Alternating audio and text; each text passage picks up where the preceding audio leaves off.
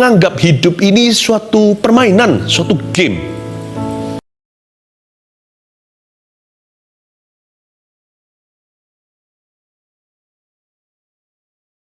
Keluarga besar saat teduh ini menjadi orang-orang yang bukan hanya beribadah, tetapi orang-orang yang kau bentuk menjadi seperti Kristus. Bukan hanya orang yang pas-pasan survival, bertahan, hanya ingin didoakan, tapi menjadi orang-orang yang dibentuk oleh Tuhan menjadi serupa dengan gambaran anaknya. Makasih Tuhan, urapi kami hari ini. Sembunyikan hamba di balik salib. Dalam nama Yesus. Amin. Puji Tuhan. Pertama-tama saya ucapkan damai sejahtera untuk Anda semuanya. Tuhan mengasihi kita semua. Yang belum mengikuti, belum subscribe maksudnya, nanti jangan lagi ada komen begini, aduh aku nggak tahu jam berapa sih. Kalau Anda tekan tombol notifikasi, subscribe di YouTube ini, tentunya Anda akan selalu diberitahu, tidak akan ketinggalan satupun daripada program-program kehidupan ini. Mari kita buka Alkitab bersama-sama dengan saya, Hakim-Hakim pasal 16. Hari ini kita akan belajar satu pesan berjudul 4 kesalahan Simson. Ambil catatan. Ini kita bukan rasan-rasan di balik Simson. Simson kan sudah meninggal dunia, sudah mati dari sejak zaman purbakala. Tapi cerita hidupnya ditaruh, ditulis di Alkitab, dibahas di saat teduh. Demi kebaikan Anda dan saya. Sebab orang bijaksana selalu belajar dari kesalahan orang lain.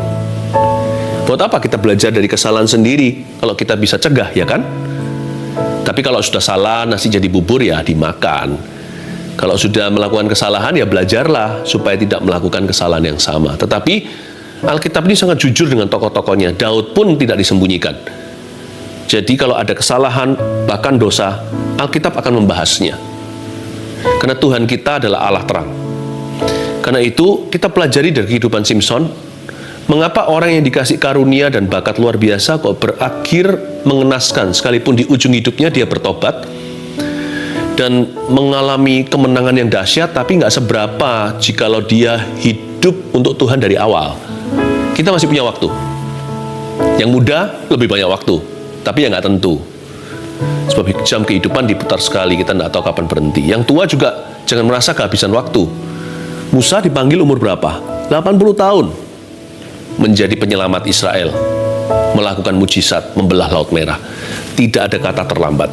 Sekali lagi, orang bijak belajar dari kesalahan orang lain. Mari kita sekarang menyelidiki seorang yang luar biasa di Perjanjian Lama. Simson namanya. Langsung di Hakim-Hakim 16, Simson digasah.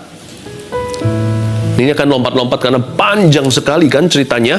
Tapi ikuti saya ya. Kita lihat ayat 1 dulu. Pada suatu kali ketika Simson pergi ke Gaza, dilihatnya di sana seorang perempuan sundal atau pelacur, saudara, lalu menghampiri dia. Dia tidur dengan seorang yang bukan istrinya, melakukan perzinahan di depan mata.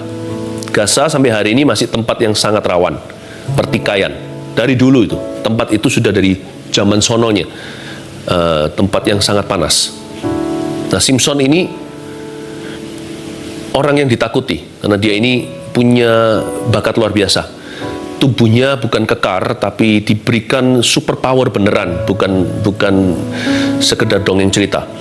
Ayat 2, ketika diberitahukan kepada orang-orang Gaza, orang-orang Filistin di sana, Simson telah datang ke sini, maka mereka mengepung tempat itu dan siap menghadang dia semalam-malaman itu di pintu gerbang kota.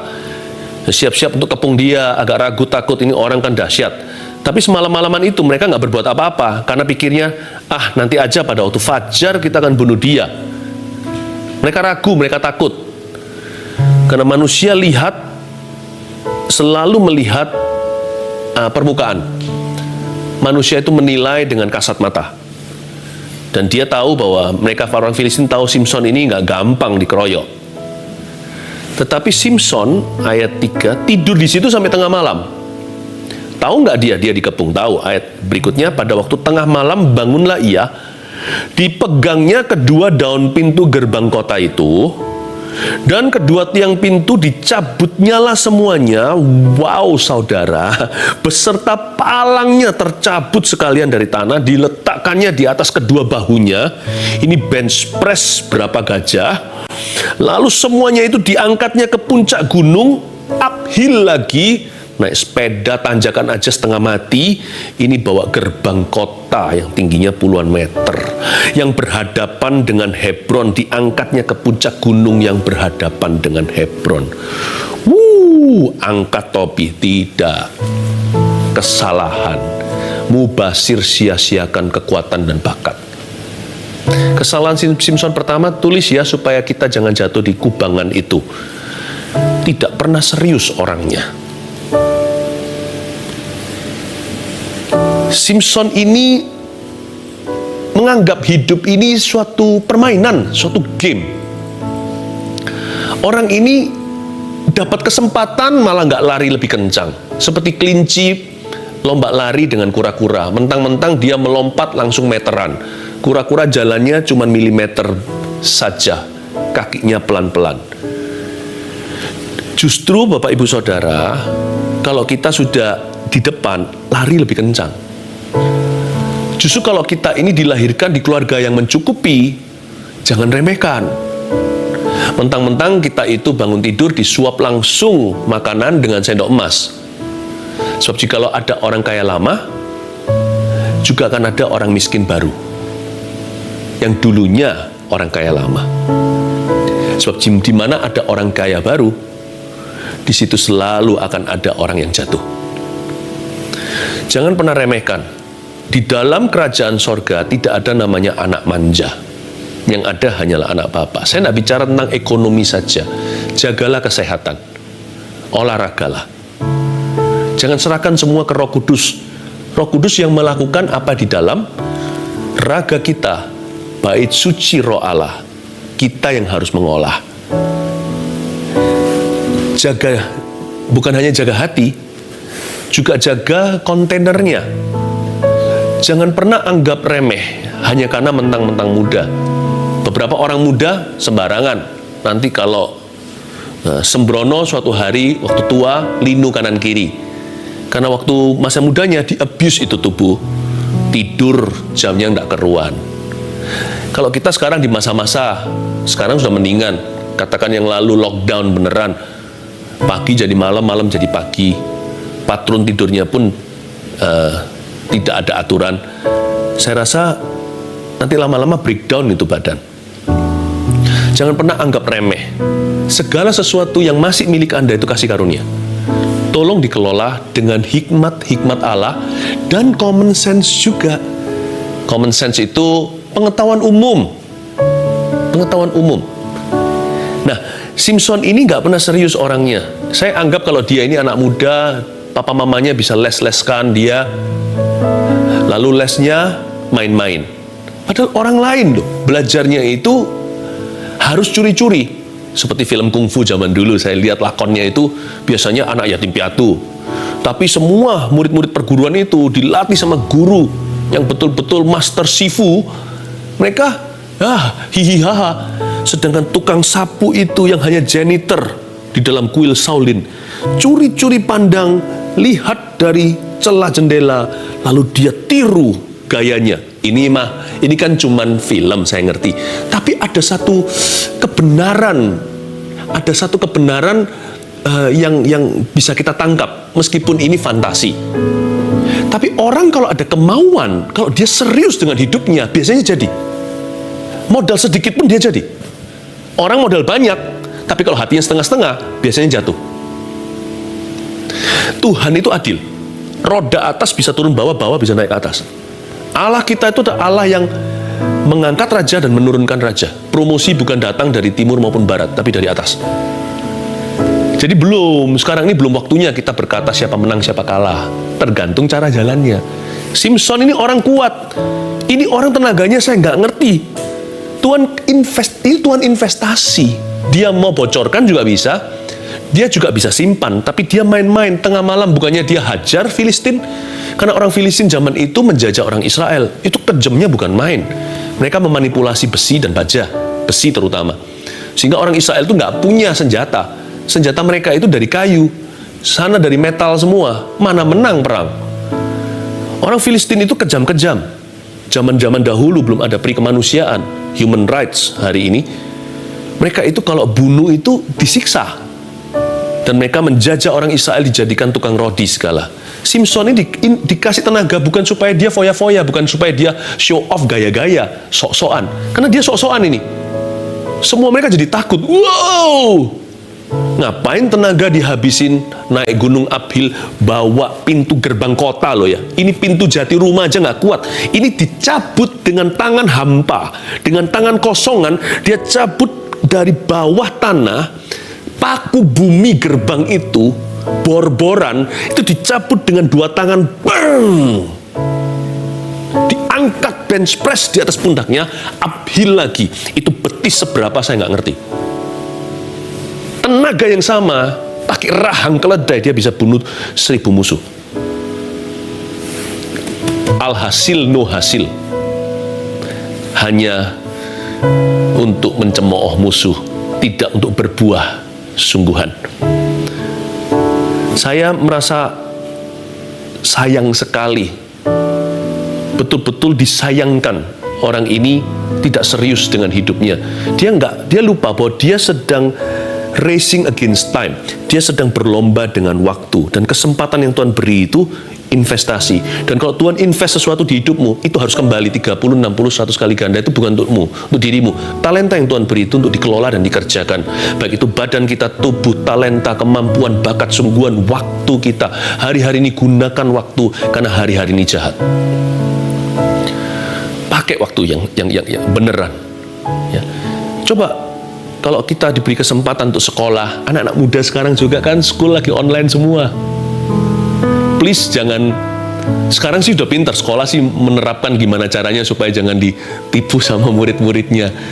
Kalau kita itu sekolah itu bayar. Jadi kalau kita bayar makanan, lalu nanti di counter setelah bayar itu tiketnya kita bawa ke kalau ini fast food atau di food court gitu, kita ambil lalu orangnya tidak kasih makanan, kita marah nggak? Marah kita. Aku sudah bayar kok, nggak dapat makanannya. Aku sudah bayar, aku sudah kasih uang, mana barang? Nah, sama dengan orang-orang muda zaman ini. Ngapain kita itu sekolah, lalu harus dipolisiin sama guru-guru kita, dijagain, lu masih di sana nggak? Kita ini bayar untuk sekolah, orang tua itu bayar, barangnya ya pendidikan. Kenapa yang butuh kok malah sana? Yang butuh kan kita.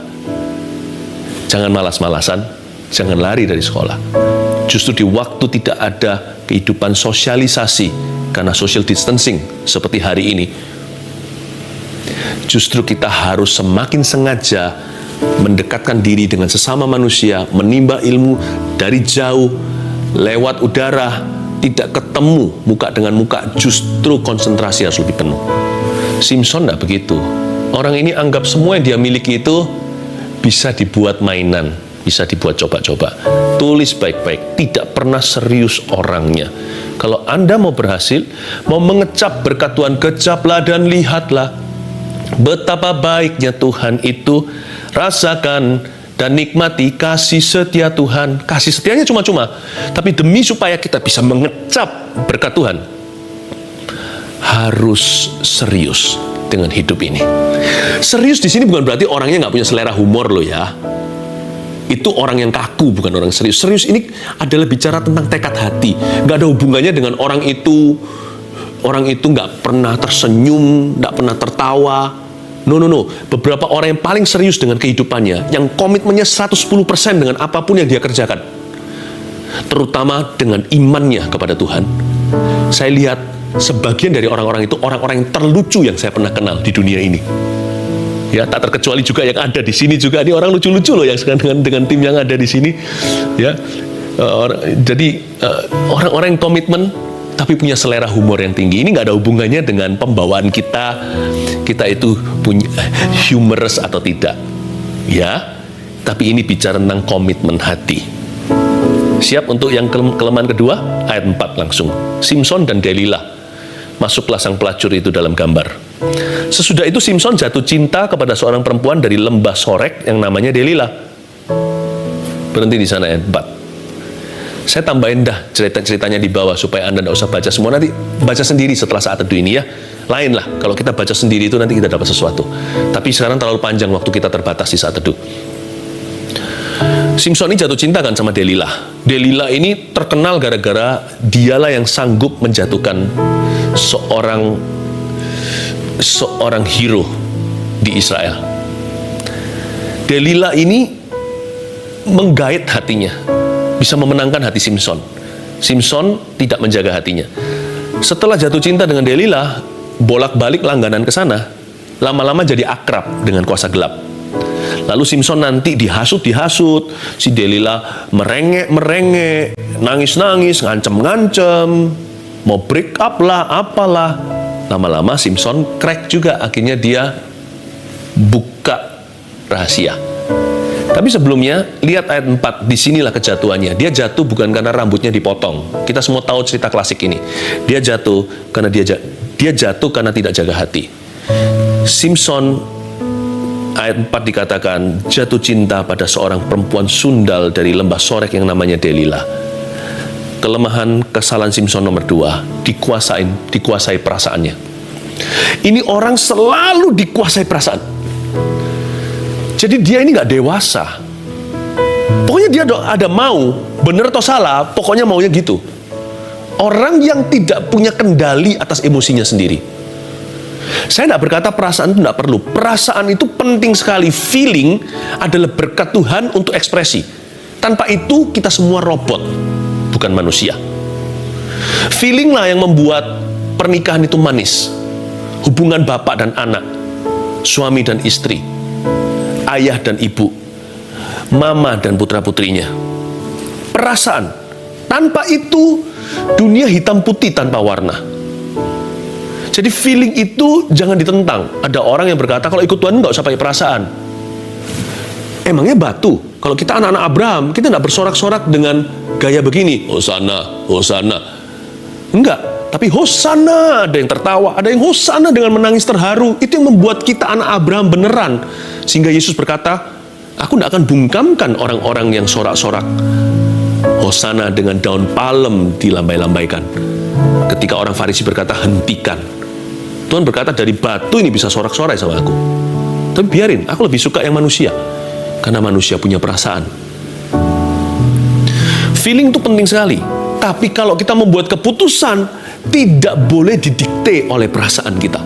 Keputusan harus diambil dari dasar yang lebih teguh, yaitu pengenalan akan Tuhan, pengenalan akan firman, apa yang menjadi kehendak Bapa, sehingga seperti Yesus, apapun perasaannya di Getsemani, bukan kehendakku yang jadi, tapi kehendakmu yang jadi. Pertimbangan dengan banyak nasihat, suatu perkara itu dimenangkan, demikian pula peperangan. Kita mengasihi Tuhan bukan hanya dengan hati, tapi dengan akal budi. Roma 12 juga berkata dengan pembaharuan, biarkan pikiran kita tuh ditantang sama apa yang tertulis di dalam Alkitab. Roh Kudus terangi, bahkan terangi nurani supaya kita bisa menimbang-nimbang dan mengambil kesimpulan. Kita bisa tahu mana yang kehendak Tuhan, mana kehendak Allah yang sempurna, mana yang baik, mana yang berkenan. Selalu go for perfection, selalu targetkan yang sempurna dulu. Dan kita juga bisa mengambil keputusan berdasarkan suatu peneguhan dari Kristus. Padahal aku nggak mau ke situ, tetapi karena konfirmasi demi konfirmasi, jadi kita nggak perlu hanya tahu apa yang jadi kehendak Tuhan, kita juga harus tahu dulu apa yang bukan kehendaknya. Jadi kompleks itu, perasaan termasuk salah satunya, bukan satu-satunya, tapi Simson dalam segala keputusan, di mana dia mau sekolah, hari ini mungkin di dalam kehidupan kita, mungkin yang beginian yang relevan, pilih jodoh, nggak ada peraturan bahwa harus sesama saudara seiman, tidak boleh menjadi pasangan yang tidak sepadan. Pekerjaan, mau quit sekarang, gue nggak suka hati, pindah gereja, ya kan, quit pelayanan. perasaannya, dia terbawa-bawa perasaan, digoncangkan, diombang-ambingkan di dalam dia seperti ada gejolak ombak.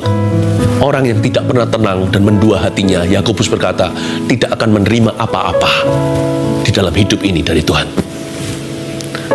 Dikuasai perasaannya. Kuasai perasaanmu, jangan dikuasai perasaanmu. Sehingga ketika kita perlu perasaan kita itu menjadi pembantu, bukan menjadi bos kita. Kalau mau pakai perasaan ya, orang bilang apa sih? Curhat, curcol atau apa bahasa sekarang saya nggak ngerti. Kalau pakai perasaan mungkin saya hari ini sudah tidak ada kesempatan ini menyampaikan firman kepada Anda. Kalau saya ikuti semua keinginan saya, maybe I'm not here now before you. Thank God, the Holy Spirit leads me. Philip doesn't lead Philip. Puji Tuhan, Roh Kudus yang memimpinku, bukan Philip yang memimpin Philip. Izinkan kepemimpinan di tangan Tuhan, dan izinkan Tuhan menuntun hidupmu dengan cara yang kompleks, tapi Tuhan pasti membuatnya jelas satu persatu. Jangan dikuasai perasaan seperti Simson. Orangnya agak ngawur ini kalau ngambil keputusan. Begitu aja, sebentar bisa begini. Orang yang selalu mengejutkan, orang yang mut-mutan. Lompat ayat yang ke-13. Ini sekarang cerita Delila sampai pada taraf Delila ini sudah merengek-rengek ya. Oke, sekarang kita lihat ayat 13. Berkatalah Delila kepada Simson, sampai sekarang engkau telah mempermain-mainkan dan membohongi aku. Ini bahasanya nggak gini sih, nggak se-flat ini. Oh, sampai sekarang engkau telah mempermainkan dan membohongi aku. Gaya nada orang Sundal. Ceritakanlah kepadaku dengan apakah engkau dapat diikat. Ayolah, ayolah Hani, atau apalah. Semua seduction itu. Jawabnya kepadanya, kalau engkau menenun ke-7 rambut jalinku. Ini Simson berkata sekarang, hei Delila, kalau kamu menenun ke-7 rambut jalinku, dipisah 7 nih rambutnya, di 7 arah gini, dikepang-kepang gitu, bersama-sama dengan lungsin, lalu mengokokkannya dengan patok, lalu dipatok begitu, maka aku akan menjadi lemah dan menjadi seperti orang lain manapun juga. Perhatikan kalimat ini, maka aku akan jadi lemah, berarti dia sok kuat. Ini orang merasa kebal. Orang kebal akan jatuh. Bukan orang kebal, orang yang merasa dirinya kebal akan jatuh. Orang yang berjaga dan waspada justru kebal. Maka aku akan menjadi lemah, berarti dia sok kuat. Dia merasa kuat, merasa tidak mungkin bisa jatuh, tidak mungkin bisa kalah. Dan menjadi seperti orang lain manapun juga. Aku akan jadi seperti mereka-mereka. Wow, bahasanya angku sekali. Aku akan jadi seperti lu orang. Wah, itu udah gak enak. Itu rasanya kayak kalian di sisi sana, aku sendiri yang istimewa. Kalian tidak seperti aku bukan seperti kamu. Ketiga, kesalahan Simson yang ketiga, meremehkan musuhnya. Jangan lupa, mungkin Anda sekarang bisa menang, tidak pernah kalah. Tapi kalau Anda selalu mau menang sendiri, tidak mau ngalah, suatu hari Anda akan kalah dan seseorang akan mengalahkan Anda. Dan iblis akan tahu kelemahanmu. Jikalau kita merasa diri kebal terhadap dosa, hati-hati, sebentar lagi jatuh ke dalam dosa. Jadi berbahagialah orang yang merasa gini, Tuhan aku ini celaka seperti pemungut cukai. Ampuni aku, beri aku kekuatan. Aku butuh kekuatanmu untuk hidup kudus. Aku butuh kuasamu untuk setia. Orang seperti itu, was-was harinya. Tapi setelah 1 bulan, nggak jatuh-jatuh juga. Setelah 1 tahun, nggak jatuh-jatuh juga. Aneh ya? Orang yang waspada malah tegak berdiri. Orang yang berkata, gampang gini aja kok. Aku berkali-kali luput ini. Aku buat kesalahan ini, atau dia bahkan buat dosa gitu, selalu diluputkan kok. Tuhan selalu ampuni setiap kali. Gampang lah, nggak apa-apa, sekali lagi. Lalu terlambat sudah. Meremehkan musuhnya. Jangan remehkan. Ini juga dapat diterapkan untuk dunia bisnis.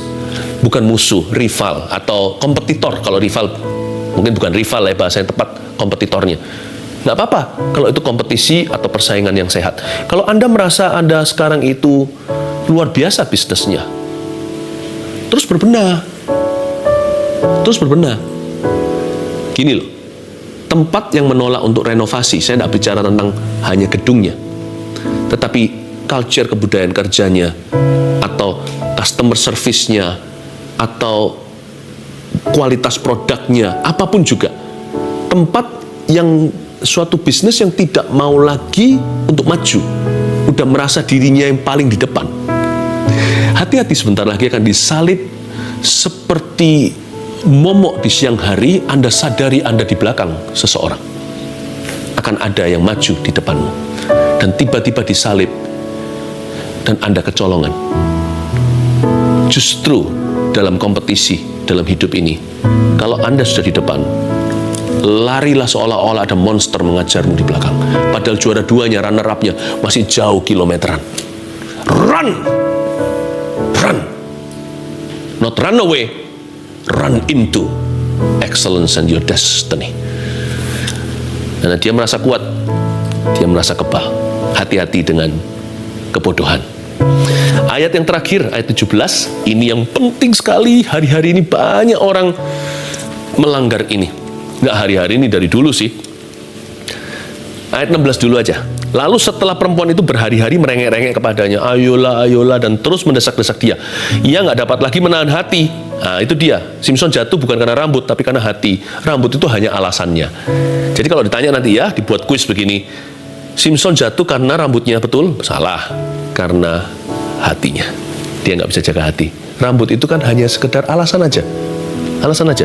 Nih ya, Papa taruh 20.000 di sini. Masih ada atau hilang? Itu alasan. 20.000-nya ini bukan poinnya. Poinnya itu kejujuran.